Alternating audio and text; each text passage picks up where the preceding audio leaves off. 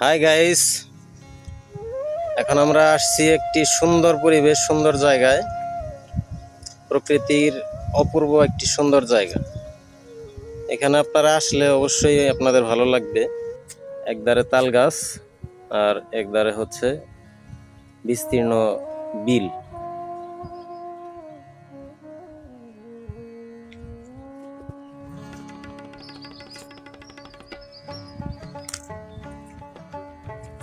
মাঝে মাঝে পাখিদের কোলাহল, চিচিমিচি ডাক,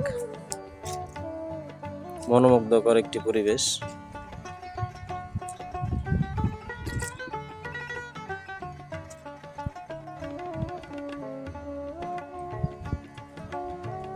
ওই দূরে, অনেক দূরে মানুষ মাছ মারতেছে।